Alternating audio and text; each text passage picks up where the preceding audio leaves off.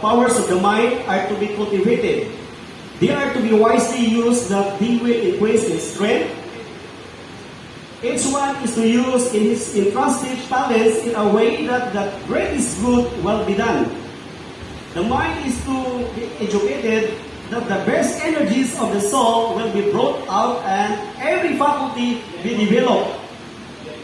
We must not be contented with a low standard.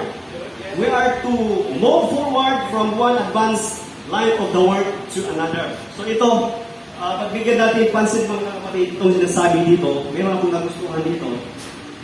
Sinasabi dito mga kapatid, we must not be contented with a low standard. Bakit po? Ano po ba ang standard ng ating Panginoon?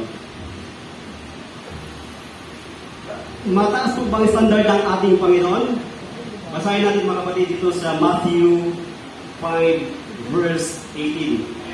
Kung nakatsamba kayo sa pagtala ng inyong mga Bible, kung wala naman, meron kayong mga cellphone dyan, kung ito rin buksan. Sabi dito sa English version, sa King James, be ye therefore perfect, even as your Father which is in heaven is perfect. So ito talaga ang pinaka-standard mga kapatid, no? Sa ating Panginoon. Gusto niya na maging perfect tayo. No? Kagaya sa Kanya. So minsan sa pag-iisip natin, ito ay sa sinasabi ko sa iyo kanina, tutulot sa atin ito na hindi maganda sa ating sarili. No? Minsan, mga negative thinking natin, nagbibigay